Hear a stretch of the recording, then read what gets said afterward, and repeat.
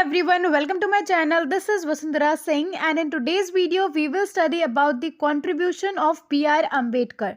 So if you have gone through my videos, हम जो है BA थर्ड सेमेस्टर का एजुकेशन का सिलेबस कंप्लीट कर रहे हैं जिसमें काफ़ी सारे videos I have already uploaded and this video is one among them जहाँ पर हम जानेंगे about the contribution of B.R. Ambedkar. Okay, so first of all हम उनका थोड़ा सा इंट्रोडक्शन देखेंगे and then we will see the important thoughts of B.R. Ambedkar. Okay, so without wasting the time, let us jump into the video. Dr. Bhimrao Ambedkar was an Indian nationalist, jurist, Dalit leader and a Buddhist revivalist. ठीक है, सो jurist का मतलब होता है law के बारे में जो है एक्सपर्ट होना, कानून की एक्सपर्ट नॉलेज होना, तो उसको हम ज्यूरिस्ट बोलते हैं. ठीक है, so Bhimrao Ambedkar was a nationalist, साथ ही वो दलित लीडर थे and was a Buddhist revivalist. ठीक है, but most importantly he was the chief architect of the Indian constitution. उन्होंने जो है हमारे इंडियन कॉन्स्टिट्यूशन को फ्रेम किया था, है ना. इफ़ यू आर अवेयर तो ये कॉन्स्टिट्यूएंट असेंबली की जो ड्राफ्टिंग कमेटी थी उसके चेयरमैन थे, राइट. तो इन्होंने जो है कॉन्स्टिट्यूशन को ड्राफ्ट किया था एंड इनका जन्म हुआ था एक गरीब दलित फैमिली में जहां पर इनको अपनी पूरी ही लाइफ सोशल डिस्क्रिमिनेशन को फेस करना पड़ा था. Okay, he spent his entire life fighting social discrimination against the lower caste because he belong to the lower caste. ये दलित फैमिली से थे, इस वजह से इनको समाज में काफ़ी ज़्यादा सोशल डिस्क्रिमिनेशन झेलना पड़ा था. Okay, he overcome the first untouchability to obtain a college degree. So college की डिग्री को हासिल करने के लिए उन्होंने पहली बार जो है अपनी फर्स्ट अनटचेबिलिटी को ओवरकम किया था. Okay, now we will see few important thoughts of him. तो some most important thoughts of Dr. Ambedkar are theory of equality, the idea of religion, democracy, a form of social organization, women rights and social justice. Okay, so इन सभी को हम थोड़ा सा in detail देखेंगे. So सबसे पहले we will see his theory of equality. So like the Buddha he never made any compromise with injustice, never cared for prestige. अब प्रेस्टाइज का मतलब होता है जब हम बहुत अच्छे काम करते हैं एंड लोग हमको जानने लगते हैं, हमारी जो है पहचान हो जाती है नेक्स्ट लेवल पर. ठीक है, ऊंचे लेवल पर जो है लोग हमको जानने लगते हैं, हमारा एक औहदा हो जाता है. ठीक है, बिकॉज ऑफ आवर वर्क्स. तो उन्होंने इस चीज़ की कभी भी जो है परवाह नहीं करी कि मैं इतना ज़्यादा फेमस हूँ, मेरी जो है एक इज्जत है समाज में, इस वजह से मैं चीज़ों के साथ में कॉम्प्रोमाइज़ कर जाऊँ, ऐसा उन्होंने कभी भी नहीं सोचा. ठीक है, उन्होंने अपनी प्रेस्टाइज की केयर कभी भी नहीं करी एंड वो हमेशा ही इनजस्टिस के खिलाफ रहे हैं. ठीक है, he was an uncompromising rebel against the social injustice and inequality. तो जो भी भेदभाव होता था सोसाइटी में, जो भी इनजस्टिस हुआ करता था, उस सभी के खिलाफ वो हमेशा ही डटकर खड़े रहे हैं. ठीक है ना. He was a great social liberal. His vision was to produce a new social order based on the principles of justice, equality and fraternity. So उन्होंने ऐसा सोचा कि वो एक न्यू सोशल ऑर्डर लाएंगे सोसाइटी में एंड उस सोशल ऑर्डर के बेसिक प्रिंसिपल्स होंगे justice, equality and fraternity. So justice का मतलब हो जाता है सभी को न्याय मिलना चाहिए. Equality, you all know, equal status हो सभी के लिए, चाहे किसी भी कास्ट का हो, किसी भी रेस का हो, किसी भी जेंडर का हो. ठीक है, एंड फ्रेटर्निटी का मतलब होता है इन हिंदी अगर हम कहें तो इट इज़ भाईचारा. ठीक है, लोगों के प्रति जो है अपनापन होना, एक भाईचारा वाली फीलिंग होना. तो ये तीन जो है बेसिकली उन्होंने प्रिंसिपल्स बताए थे नए सोशल ऑर्डर के. Okay, he regarded justice is the foundation of moral order and justice is related with equality. Justice is to be secured by liberty, equality and fraternity.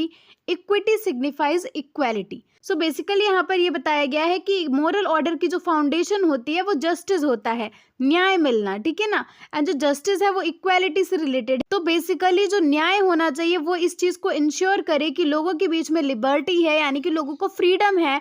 ठीक है ना, लोगों के बीच में इक्वालिटी है एंड लोगों के बीच में फ्रेटर्निटी है. तो ये तीनों ही चीज़ों की सिक्योरिटी है जस्टिस के पास में, यानी कि इन तीनों ही चीज़ों को इंश्योर करने की ड्यूटी है न्याय की. न्याय इस चीज़ का ध्यान रखेगा कि ये सारी ही चीज़ें सोसाइटी में प्रिवेल्ड हैं. So basically his social philosophy में be said to be enshrined in 3 words, liberty, equality and fraternity.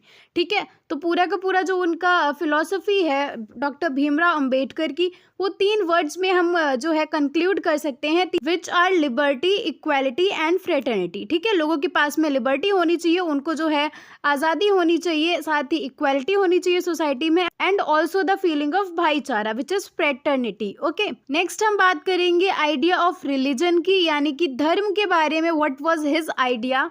So to restore their human dignity and give them a respectable place in society, Ambedkar struggled for about 40 years and sought a religion that could deliver the depressed classes from the bondage of social evil.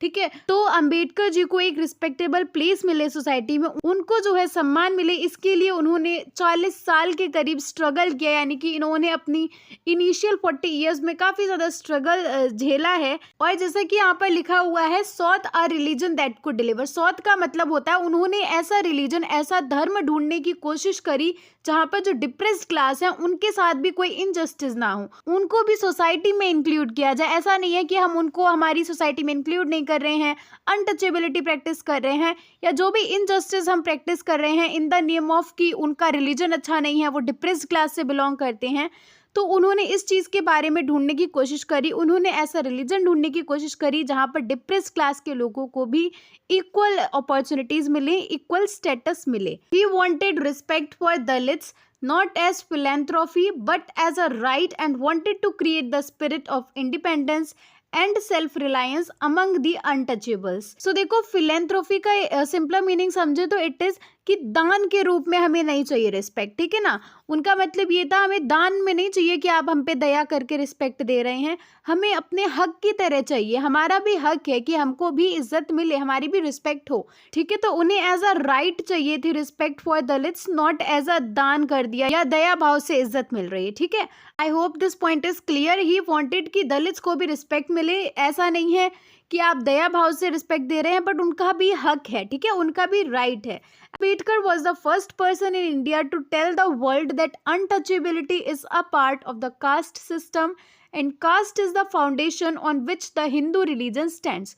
So Ambedkar ने बताया world को कि जो untouchability है, ये जो छुआछूत का जो प्रथा चल रही है, ये कास्ट सिस्टम का पार्ट है, ठीक है ना, जातिवाद का पार्ट है, ठीक है। एंड जो हिंदू रिलीजन है, जो हिंदू धर्म है, वो कास्ट की ही फाउंडेशन पर स्टैंड करता है, यानी कि जो हिंदूज हैं उनकी नींव ही है ये कास्ट सिस्टम, जातिवाद, ठीक है ना। ये जो जाति का सिस्टम है, कास्ट का सिस्टम है, ये ही जो है हिंदूज की नींव है, ऐसा अंबेडकर का मानना है। Okay, next his views on democracy. So Dr. Ambedkar says democracy is not a form of government but a form of social organization. So democracy की ये definition दी गई है by Dr. Ambedkar। उनका मानना है कि डेमोक्रेसी कोई गवर्नमेंट का फॉर्म नहीं है, सरकार का फॉर्म नहीं है, बल्कि वो एक सोशल ऑर्गेनाइजेशन है, ठीक है ना।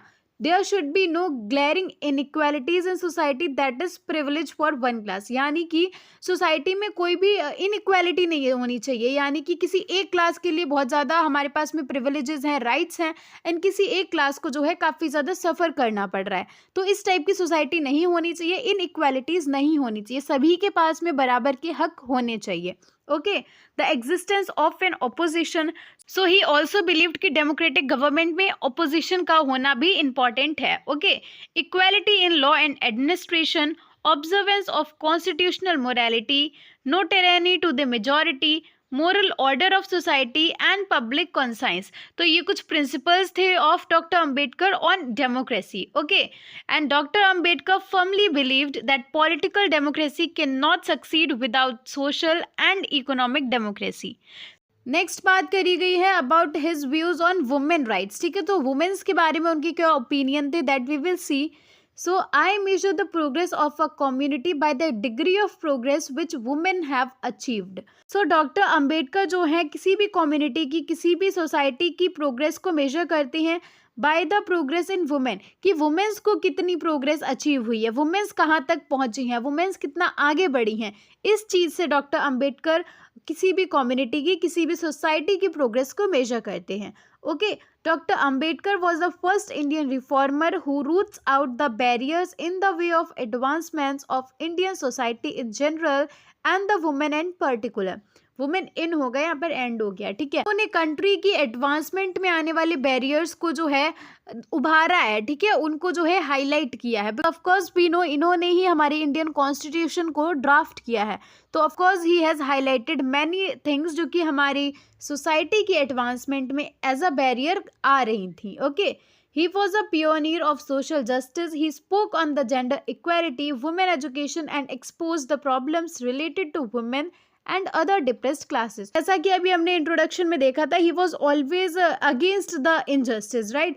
तो उन्होंने कई सारी चीज़ों के ऊपर, कई सारी चीज़ों के खिलाफ अपनी आवाज़ उठाई, जैसे कि जेंडर इक्वालिटी, मेल और फीमेल में जो इनइक्वालिटी है, भेदभाव हो रहा था, उसके खिलाफ उन्होंने अपनी आवाज़ उठाई। साथ ही वुमेन एजुकेशन के बारे में उन्होंने बात करी, and also he expose the problems related to women.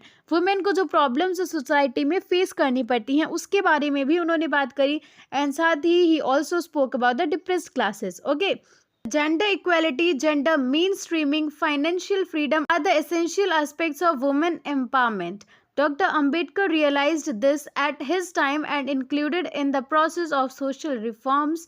He started involving women in his struggle. He realized this could not be achieved without liberating the women themselves. So basically, Ambedkar ji का मानना है कि जो जेंडर इक्वालिटी है, gender mainstreaming and साथ ही financial freedom होना, ये तीनों ही चीज़ें जो है वुमेन की एम्पावरमेंट के लिए एक इम्पॉर्टेंट जो है प्लेस रखते हैं, ठीक है। वुमेन्स को अगर एम्पावर करना है तो ये तीनों ही चीज़ें उनके पास में होनी चाहिए, which includes financial independence should be given, साथ ही उनको जेंडर इक्वालिटी मिले, ठीक है ना, उनको जो है समान माना जाए as compare to the mails.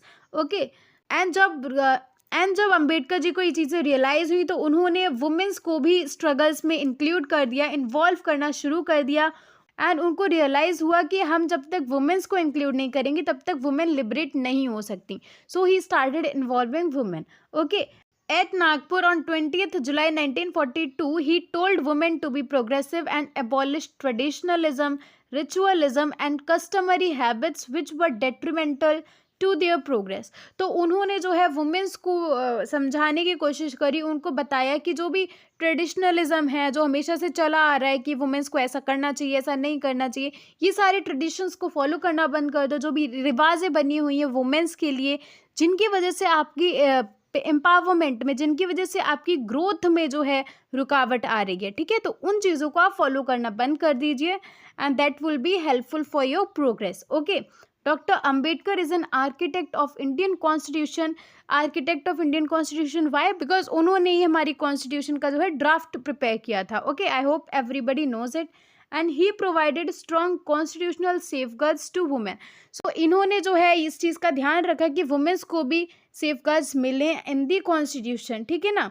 And example के तौर पे we can see violent and forceful abortions and abortions without consent of women are crime under section 313 of IPC। ये तो एग्जाम्पल के तौर पे you can write few rights of the women. काफ़ी सारे जो है राइट्स दिए गए हैं वुमेन को in the constitution. Okay, so this is how you can frame your answers. I hope you understood what are the ideas, what are the thoughts of Dr. B.R. Ambedkar and his contribution. So that is it for this video. I hope you enjoyed watching and understood the stuff. If you like the video, give it a thumbs up, subscribe to my channel and share among your friends as well. हम मिलेंगे हमारे next video में with another topic. तब तक रुक जाना नहीं तू कहीं हार के।